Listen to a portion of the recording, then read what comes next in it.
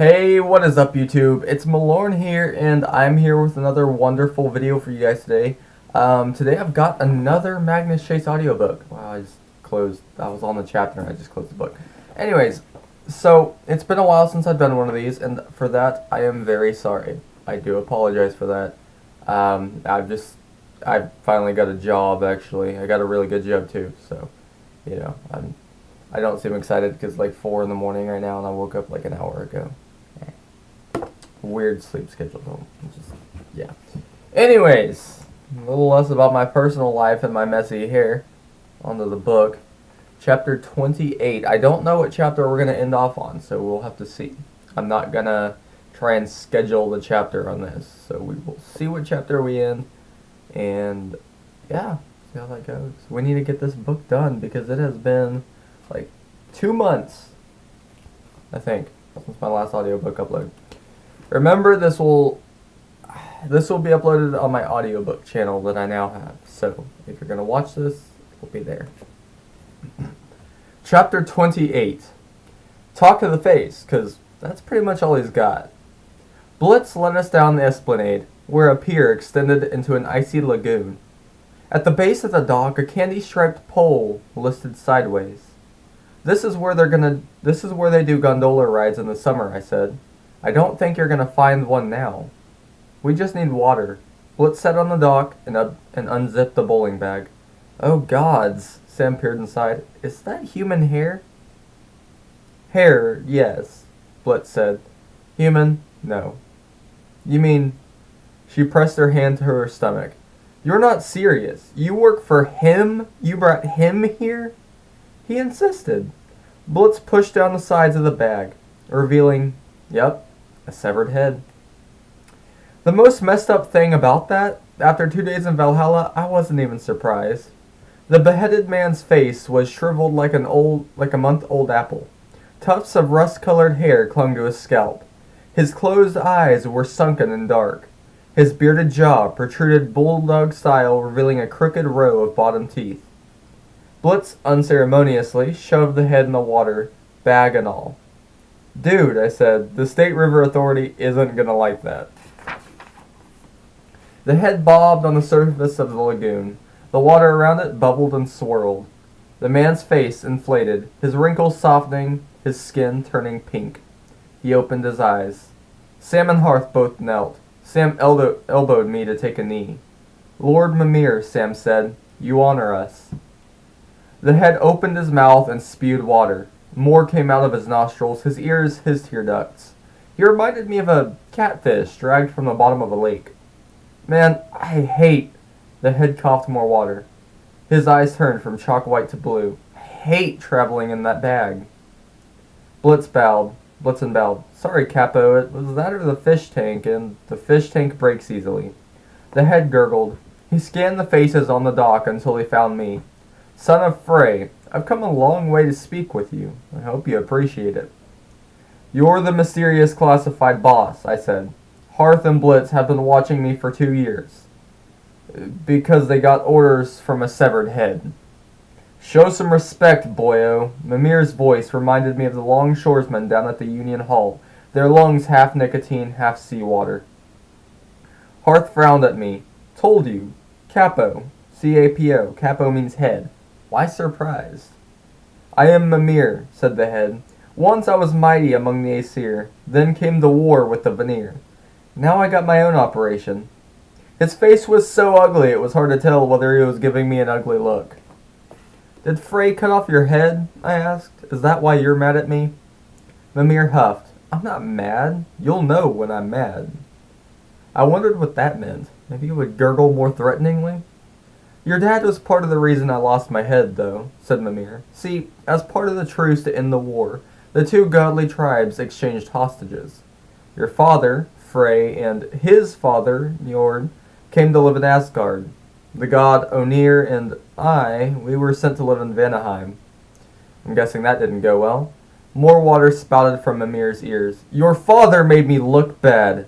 He was this great general among the Vanir, all golden and shiny and handsome. He and Njord got all kinds of respect in Asgard. As for me and Onir, the Vanir weren't so impressed. No kidding. Well, O'Neill was never, how you say, charismatic. The Veneer would ask his opinions on important business, and he'd mumble, yeah, whatever, it's all good. Me, I tried to pull my weight. I told the Veneer they should be getting into casinos. Casinos. Yeah, busloads of retirees coming to Vanaheim. Easy money. And the Veneer had all these dragons. I told them racetracks in the sky with dragons. They'd make a killing. I looked at Blitz and Hearth. They seemed resigned, like they'd heard this story many times before. So anyway, said Mimir, the Veneer didn't like my worthy counsel. They felt cheated in the hostage swap. As a protest, they cut off my head and sent it to Odin. Shocking, when they could have had casinos. Sam coughed loudly. Of course, great Mimir. Both Aesir and Veneer honor you now. Magnus didn't mean to insult you. He is not so stupid. She glared at me like, you are so stupid. Around Mimir's head, the water bubbled faster. It trickled from his pores and streamed from his eyes. Forget about it. Son of Frey, I don't hold a grudge. Besides, when Odin received my severed head, he didn't take revenge. See, the All-Father was smart. He knew the Veneer and Aesir had to unite against their common enemy, the Triads. Blitz adjusted his hat. I think you mean the giants, boss. Right, those guys. So, Odin carried me to a hidden cave in Jotunheim, where this magical spring feeds the roots of Drazil. He placed my head in the well. The water brought me back to life, and I soaked in all the knowledge of the world tree. My wisdom increased 1,000-fold. But you are still a severed head. Mimir made a sideways nod. That's not so bad. I operate across the 9 worlds. Loans, protection, pachinko machines. Pachinko. Pachinko is huge. Plus I'm always working to delay Ragnarok. Ragnarok would be bad for business. Right. I decided to sit down because it seemed like this could take a while. Once I did it, Sam and Hearth followed my example. Chickens. Also, Mimir said, Odin visits me for advice from time to time. I'm his... I forgot how to say this word. Consigliere, I think? Yeah. I guard the well of knowledge.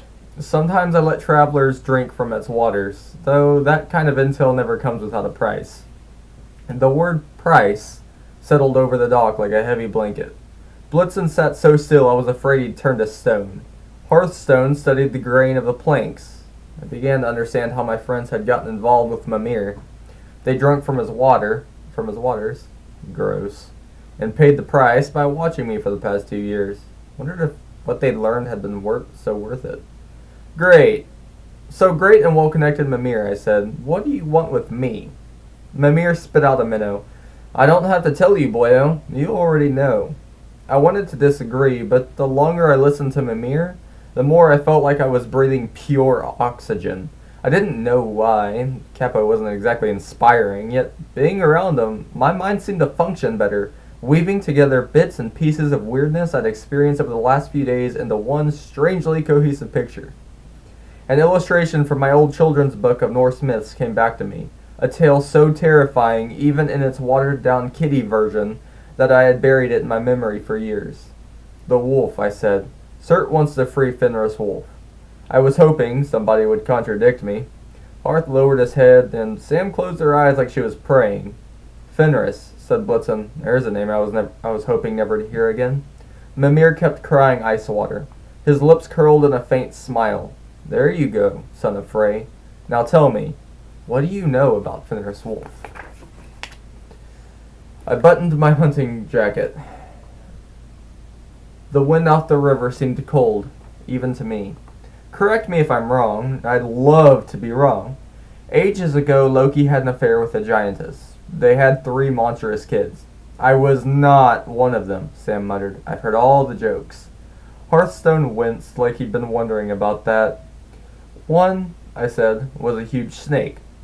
Jormungand, Sam said, the world serpent, which Odin threw into the sea.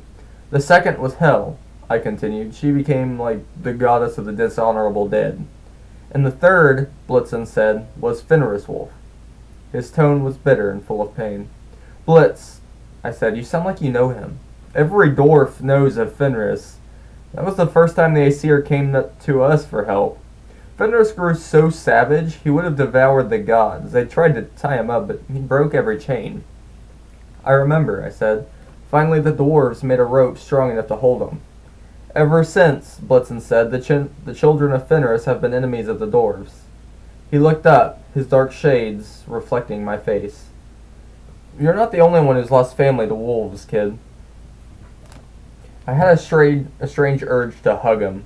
Suddenly I didn't feel so bad about all the time he'd spent watching me. We were brothers and something more than homelessness. Still, I resisted the impulse. Whenever I'm tempted to hug a dwarf, that's usually a sign that I need to move along. On Ragnarok, I said, the day of doom, one of the first things that's supposed to happen is Fenris gets freed. Sam nodded. The old stories don't say how that happens, but one way, Blitz said, would be to cut him loose. The rope Gleipnir is unbreakable, but Frey's sword, Hearth signed, is the sharpest blade in the 9 worlds. Cert wants to free the wolf with my father's sword. I looked at Mimir. How are we doing so far? Not bad, the head burbled. Which brings us to your task. Stop Cert, I said. Find the sword before he does, assuming he hasn't got it already. He doesn't, Mimir said. Believe me, an event like that would make the 9 worlds tremble. I'd taste fear in the water of Drazil. Yuck, I said. You have no idea, said Mimir, but you must hurry. The Norn's prophecy, 9 days hence, blah blah blah. Water bubbled out of Mimir's ears. I'm pretty sure they didn't say blah blah blah. However, you're correct. The island where the gods imprisoned Fenris is only accessible on the first full moon of each year. That's now 7 days hence. Who makes up these rules? I asked. I made up that rule, Mimir said, so shut up. Find the sword and reach the island before Cert does. Sam raised her hand. Lord Mimir, I understand finding the sword, but why take it to the island? Isn't that where Cert wants the sword? See, Miss Elabas, this is why I'm the boss and you're not. Yeah, bringing the sword to the island is dangerous. Yeah, Cert could use it to free the wolf. But Cert is going to find a way to free Fenris with or without it. I did mention I can see the future, right? The only person who might be able to stop Cert is Magnus Chase, assuming he can find the sword and learn to wield it properly. I'd shut up for almost a whole minute, so I figured I could raise my hand. Lord Mr. Bubbles, Mimir, if this sword is such a big deal, why did everybody let it sit on the bottom of the Charles River for 1,000 years? Mimir sighed foam. My regular minions never ask so many questions. Blitz coughed. Actually, we do, boss. You just ignore us. To answer your question, Magnus Chase, the sword can only be found by a descendant of Frey upon reaching the age of maturity. Others have tried, failed, and died. Right now, you're the only living descendant of Frey. The only one in the world. In the 9 worlds. Frey doesn't get out much anymore. Your mother, she must have been something really special to attract his attention. Anyway, a lot of people in the 9 worlds, gods, giants, bookies, you name it, have been waiting for you to turn 16. Some wanted you killed so you couldn't find the sword, and some wanted you to succeed. Hot pins pressed against the base of my neck. The idea of a bunch of gods peering through their Asgardian telescopes, watching me grow up, creeped me out. My mom must have known all along. She'd done her best to keep me safe, to teach me survival skills. The night the wolves attacked our apartment, she'd given her life to save me. I met the capo's watery eyes. And you? I asked. What do you want? You're a risky bet, Magnus. A lot of possible fates intersect in your life. You could deal the forces of evil a great setback and delay Ragnarok for generations. Or if you fail, you could hasten the day of doom. I tried to swallow it. Hasten it, but by how much? How does next week work for you? Oh. I decided to take the bet, Mimir said. After the children of Fenris killed your mother, I sent Blitz and Hearth to guard you. You probably don't realize how many times they've saved your life. Hearth held up 7 fingers. I shuddered, but mostly from the mention of Fenris's 2 children, the wolves with blue eyes. To succeed, said Mimir, you're gonna need this team. Hearthstone here, he's dedicated his life to rune magic. Without him, you'll fail. You'll also need an able dwarf like Blitzen who understands dwarven crafting. You might need to strengthen the wolf's bindings, or even replace them. Blitz shifted. Boss, my crafting skills are, well, you know. Don't give me that, said Mimir. No dwarf has a stouter heart. No dwarf has traveled farther in the 9 worlds or has more of a desire to keep Fenris chained. Also, you're in my service, so you'll do what I say. Ah, Blitzen nodded. When you put it that way, what about me, Lord Mimir? Asked Sam. What's my part in your plan? Mimir frowned. Around his beard, the water bubbled a darker shade of green. You weren't part of the plan at all. There's a cloud around your fate, Miss Alabas. Taking Magnus to Valhalla, I didn't see that coming. It wasn't supposed to happen. Sam looked away, her lips pressed tight with anger. Sam's got a part to play, I said. I'm sure of it. Do not patronize me, Magnus. I chose you because... She stopped herself. It was supposed to happen. I remembered what she'd said in the feast hall. I was told. I was promised. By whom? I decided not to ask that in front of the capo. Mimir studied her. I hope you're right, Miss Alabas. When Magnus first took the sword from the river, he couldn't control it very well. Maybe now that he's an Einarharji, he'll have the strength, in which case you've saved the day. Or maybe you've completely messed up his destiny. We're going to succeed, I insisted. Just 2 questions. Where is the sword, and where is the island? Mimir nodded, which made him look like an oversized fishing bobber. Well, that's the trick, isn't it? To find that kind of information, I'd have to tear the veils between the worlds, grease a lot of palms, and see into the realms of the other gods. Couldn't we just drink your magic well water? You could, he agreed, but it would cost you. Are you and Samira Alabas ready to be bound to my service? Harth's face froze in apprehension. From the tension in Blitz's shoulders, I guess he was trying very hard not to leap to his feet and scream, Don't do it! You couldn't make an exception, I asked the capo, seeing as how you want this job done. No can do, boyo. I'm not being greedy. It's just, well, you get what you pay for. Something comes cheap, it ain't worth much. That's true for knowledge especially. You can't pay for a shortcut. Get the information right now, or you'll have to find it on your own the hard way. Sam crossed her arms. Apologies, Lord Mimir. I may be kicked out of the Valkyries, but I still consider myself bound to Odin's services. I can't take on another master, and Magnus can make his own choice, but we'll figure it out on our own, I agreed. Mimir made a low sloshing sound. He looked almost impressed. Interesting choice.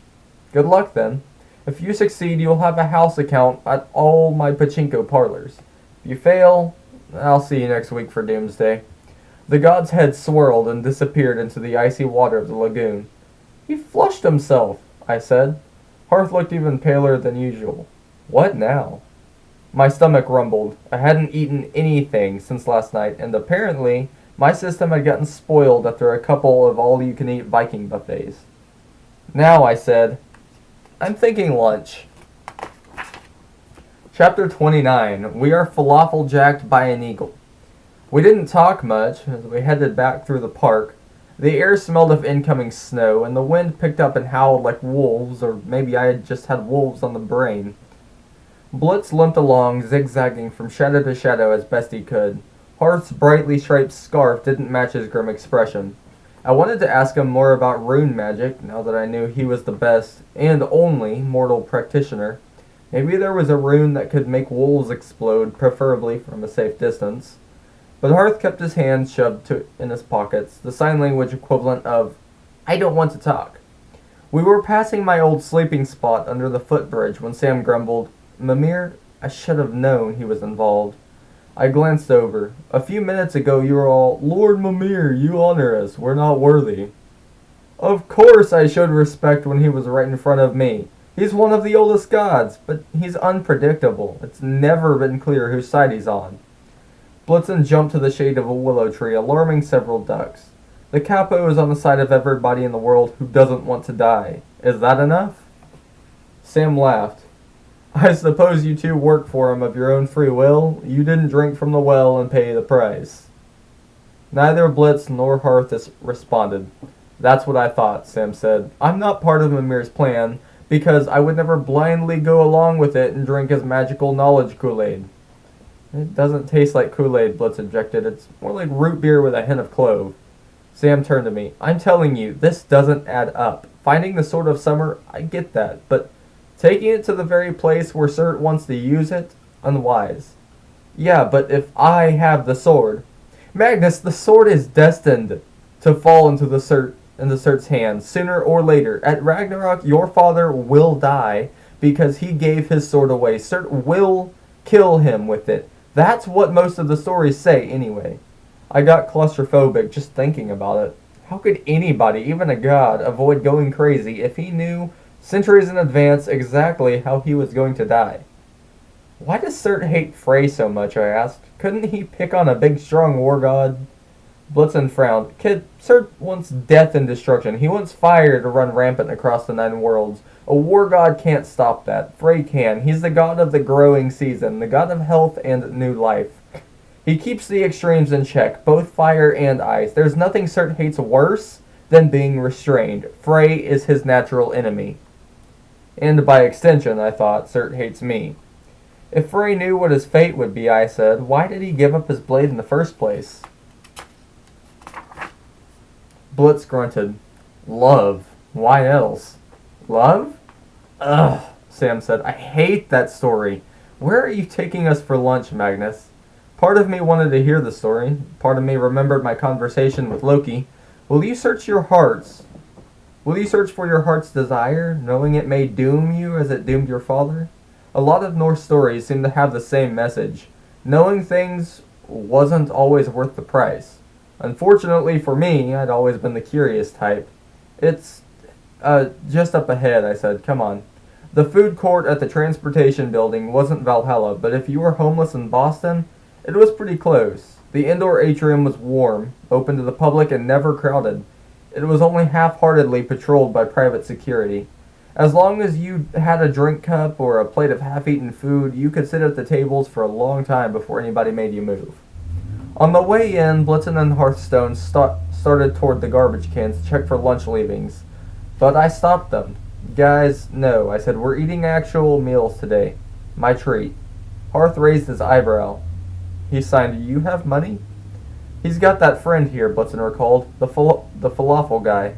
Sam froze in her tracks. What? She looked around as if just realizing where we were. It's cool, I promise. I know a guy at Fadlan's Falafel. You'll thank me for it. Stuff is amazing. No, oh gods. She hastily put her scarf over her hair. Maybe I'll wait outside. I can't... Nonsense. Blitz hooked his arm through hers. They might serve more food if we've got a pretty woman with us. Sam clearly wanted to bolt, but she allowed Hearth and Blitz to steer her into the food court. I guess I should have paid more attention to how uncomfortable she was acting, but once you put me within 100 feet of Fadlan's Falafel, I get tunnel vision. Over the past 2 years, I'd struck up a friendship with the manager, Abdel. I think he saw me as his community service project. The shop always had surplus food, slightly out-of-date pita bread, baled shawarma, kibbeh that had been sitting under the heat lamps a little too long. Abdel couldn't legally sell the stuff, but it still tasted perfectly fine. Instead of throwing it out, Abdel gave it to me. Whenever I came around, I could count on a falafel flatbread sandwich or something just as tasty. In return, I made sure the other homeless folks in the atrium stayed polite and cleaned up after themselves, so Abdel's paying customers weren't scared away. In Boston, you couldn't walk a block without stumbling into some icon of liberty. The Freedom Trail, the Old North Church, the Bunker Hill Monument, whatever. But to me, liberty tasted like Fadlan's Falafel. That stuff had kept me alive and independent ever since my mom died. I didn't want to overwhelm Abdel with too many people, so I sent Blitz and Hearth to grab a table while I escorted Sam to get the food. The whole way she dragged her feet, turning aside, fiddling with her headscarf as if she wanted to disappear inside it. Hang on. Taking me some Gatorade.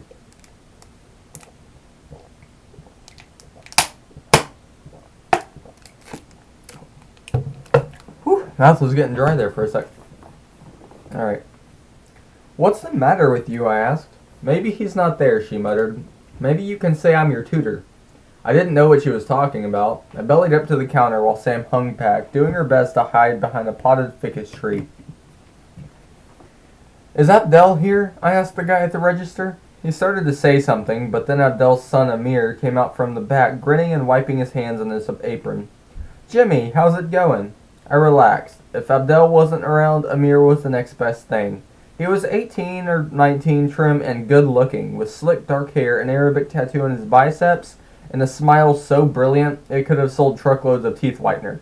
Like everybody at Fadlan's Falafel, he knew me as Jimmy. Yeah, I'm good, I said. How's your pop? He's at the Somerville location today. Can I get you some food? Man, you're the best. Amir laughed. No biggie. He glanced over my shoulder and did a double take. And there's Samira. What are you doing here? She shuffled forward. Hi, Amir. I'm tutoring Jimmy. I'm tutoring Jimmy. Oh, yeah? Amir leaned on the counter, which made his arm muscles flex. The dude worked full-time at his dad's various shops, yet he somehow managed to avoid getting even a speck of grease on his white t-shirt. Don't you have school? Yes, but I get credit for tutoring off campus, Jimmy and his classmates. She pointed towards Blitz and Hearth, who were having a rapid-fire argument in sign language, tracing circles in the air. Geometry, Samira said. They're hopeless geometry. Hopeless, I agreed. But food helps us study. Amir's eyes crinkled.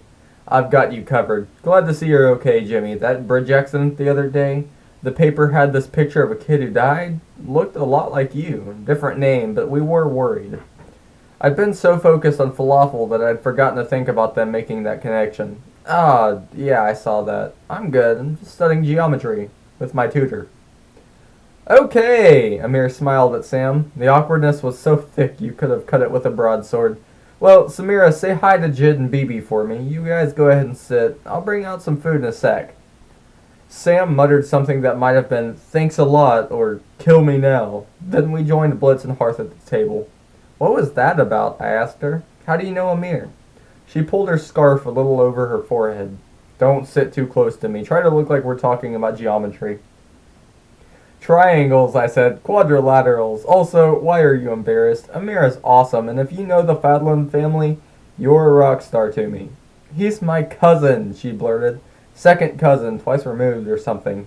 I looked at Hearth. He was scowling at the floor, and Blitz had taken off his ski mask and glasses. I guess because the interior light didn't bother him as much, and was now sullenly spinning a plastic fork on the table. Apparently I'd missed a good argument between him and Hearth.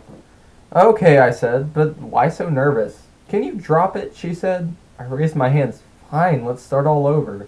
Hi, everybody. I'm Magnus, and I'm an Einarharji. We're not going to study geometry. Can we talk about how we're gonna find the sort of summer? Nobody answered. A pigeon waddled past, pecking at crumbs. I glanced back at the falafel shop. For some reason, Amir had rolled down the steel curtain. Never seen him close the shop during lunch hour. Wondered if Sam had somehow offended him and he'd cut off my falafel allowance. If so, I was gonna go berserker. What happened to our food, I wondered. At my feet, a small voice croaked. I can help with both of those questions. I looked down. My week had been so whack, I didn't even flinch when I realized who had spoken. Guys, I said, this pigeon wants to help.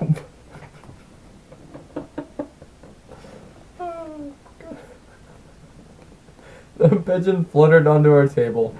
Hearth nearly fell out of his chair and Blitzen snatched up a fork. Service here can be a little slow, said the pigeon, but I can speed up your order. I can also tell you where to find the sword. Sam reached for her axe. That's not a pigeon. The bird regarded her with a beady orange eye. Maybe not, but if you kill me, you'll never get your lunch. You'll also never find the sword or see your intended again. Samira's eyes looked like they were going to shoot across the atrium. What is he talking about? I said. Intended what? The bird cooed. If you ever want Fladland's falafel to open again, okay, that's a declaration of war. I considered grabbing the bird, but even with my Einarharji reflexes, I doubted I could catch it. What did you do? What's happened to Amir? Nothing yet, said the pigeon. I'll bring you your lunch. All I want is first pick of the food. Uh-huh, I said, and assuming I believe you, what would you want in exchange for information about the sword? A favor. It's negotiable. Now, does that falafel shop stay closed forever, or do we have a deal? Blitzen shook his head. Don't do it, Magnus. Horth signed. Pigeons cannot be trusted. Sam met my eyes. Her expression was pleading, almost frantic. Either she liked falafel even more than I did, or she was worried about something else. Fine, I said, bring us our lunch. Immediately, the shop's steel curtain rolled up. The cashier stood like a statue, the phone to his ear. Then he unfroze, glanced over his shoulder, and shouted an order to the cook as if nothing had happened. The pigeon took off and sped toward the shop, disappearing behind the counter. The cashier didn't seem to notice. A moment later, a much larger bird shot out of the kitchen, a bald eagle with a tray in his claws. He landed in the middle of our table. "You're an eagle now?" I asked. "Yeah," he said in the same croaky voice. "I like to mix it up. Here's your food." It was everything I could have asked for. Steaming squares of spiced ground beef kibbeh, a stack of lamb kebabs with mint yogurt dip, 4 fresh slabs of pita bread filled with deep-fried nuggets of chickpea goodness drizzled in tahini sauce and garnished with pickle wedges. Oh, Helheim, yes. I reached for the tray, but the eagle pecked at my hand. "Now, now," he shouted. "I get first pick." Ever seen an eagle eat falafel? It's horrifying. That horrifying image now haunts my nightmares. Faster than I could blink, the eagle struck, vacuuming up everything but a single wedge of pickle. "Hey!" I yelled. Sam rose, hefting her axe. "He's a giant. He's got to be." "We had a deal," the eagle belched. "Now about the sword." I let loose a guttural roar, the cry of a man who had been deprived of his rightful kibbeh. I drew my sword and smacked the eagle with the flat of the blade. It wasn't the most rational move, but I was hungry. I was angry, I hated being taken advantage of, and I didn't particularly like bald eagles. The blade hit the bird's back and stuck there like super glue. I tried to pull it away, but it wouldn't move. My hands were grafted to the sword grip. "Okay then," the eagle squawked, "we can play it that way." He took off through the food court at 60 miles an hour, dragging me along behind him. Alright guys, that's chapter 28 and 29 of Magnus Chase and the Sword of Summer. I hope you guys enjoyed the video. Be sure to leave a like, be sure to comment, and be sure to subscribe for more amazing audiobook content that will be coming your way. Chapter 30 is coming next, so be sure to stick around. I'm going to see if I can get some more sleep because I'm exhausted. Peace out guys. Have a nice day.